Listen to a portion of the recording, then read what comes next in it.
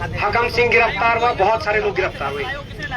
कानून की धाराओं में ऐसी कौन सी कमी होगी कि वो सुप्रीम कोर्ट से बाहर छूट के आ गया? नकल कानून बना तो क्या गारंटी है कि वो दोबारा बाहर नहीं आएगा? मैं ये कह रहा हूं कि अगर सरकार के कानून में, बीएनएस में नकल माफियाओं को पकड़ने में सक्षम नहीं है तो आप जनता के सुपुर्द कीजिए, उनका एनकाउंटर कीजिए। जम्मू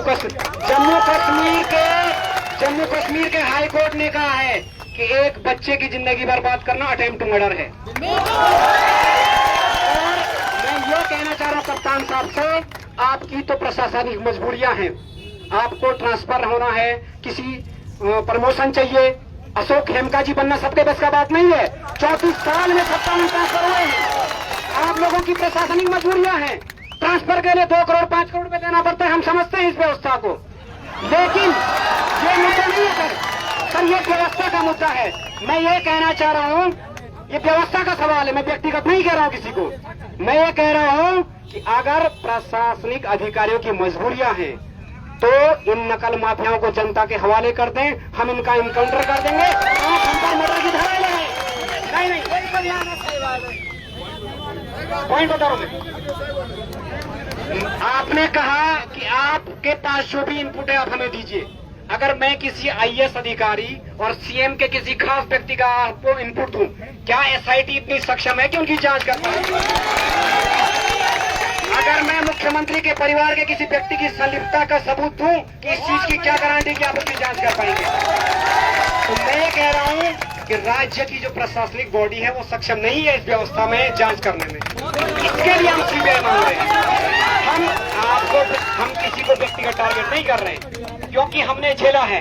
इससे पहले हमने आपको इनपुट दिए, बहुत सारी दिक्कतें हुई, ना तो एसटीएफ की पुरानी रिपोर्ट बाहर आई। लोक सेवा आयोग में भी कई अधिकारी हैं जिनके हम आपको नाम दे सकते हैं, उनकी जांच नहीं हुई। यूके SSSC का पूरा स्टाफ क्लीन स्वीप नहीं हुआ।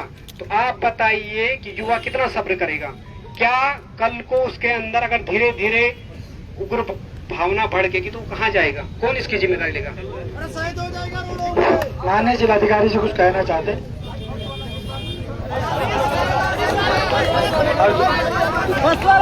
यहाँ पर सर क्या हुआ कि अभी 3 दिन पहले हरिद्वार से 235 बच्चे लाए गए और हमने उन बच्चों के माँ बापों से भी बात की। उनका कहना है कि उनका बच्चा फर्स्ट सेम और सेकंड सेम का विद्यार्थी है, तो BA, BCom, BSc कर रहा है और उनको यहाँ लाया गया एकता विहार धरना स्थल पर। वहाँ नारेबाजी कराई गई कि परीक्षा परिणाम जारी कराओ और वहाँ बोला गया कि निष्पक्ष और सारी चीजें हुई है। मैं चाहता हूं सर, कालनी में एक आपने अभी अभियान चलाया था देहरादून पे उत्तराखंड पुलिस ने, कालनी में कुछ फर्जी बाबाओं के लिए, तो ये लोग भी कालनी में अभ्यर्थियों की श्रेणी में आते हैं, इन पर मुकदमा होना चाहिए सर। हम देंगे आपको, होना चाहिए जो इस प्रकार का षड्यंत्र कर रहे हैं कौन है। तो धन्यवाद। आप एक बार डीएम साहब को लास्ट बार सुन लीजिए, फिर ये जाएंगे, फिर हम अपना डिस्कस करेंगे। और इनके मैं निवेदन करूंगा स्पेशल सर, जो इनपुट जो सारी चीजें पता है इस पे गौर करके आप आगे बात करें। और अगर वो मानते हैं तो मैं विश्वास दिलाता हूं कि अगर अभी परीक्षा निरस्त होती है और पुनर्परीक्षा की होती है और सीबीआई के लिए प्रयास कर रहे हैं तो यहाँ से युवा हटे जाता नहीं।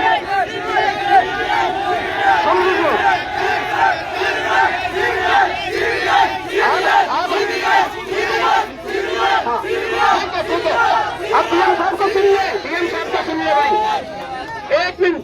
और उन बसों को पुलिस की सुरक्षा में देहरादून तक लाया गया, पुलिस की सुरक्षा में वापस ले जाया गया।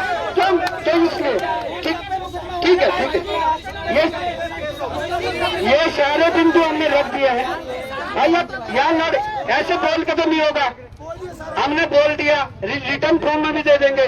बस आप डीएम साहब की लास्ट बार बात सुन लीजिए, वो ब्रिज का काम करेंगे शासन के साथ और हम यहाँ बैठे में वो मैसेज करते रहेंगे कि क्या है। अगर बुलाएंगे तो यहीं से जाएंगे बात करने। धन्यवाद। आराम से सुन लीजिएगा प्लीज।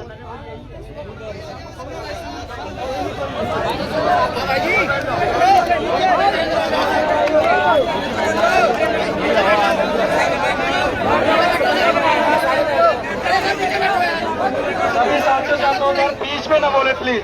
जिस प्रकार से जिस प्रकार से आपने अभी तक शालीनता के साथ सुना है, सर हमारे और सरकार के मध्य एक सेतु का काम कर रहे हैं। प्लीज आप एक बार गौर से सुन लीजिएगा, तब आप भले भूल देना।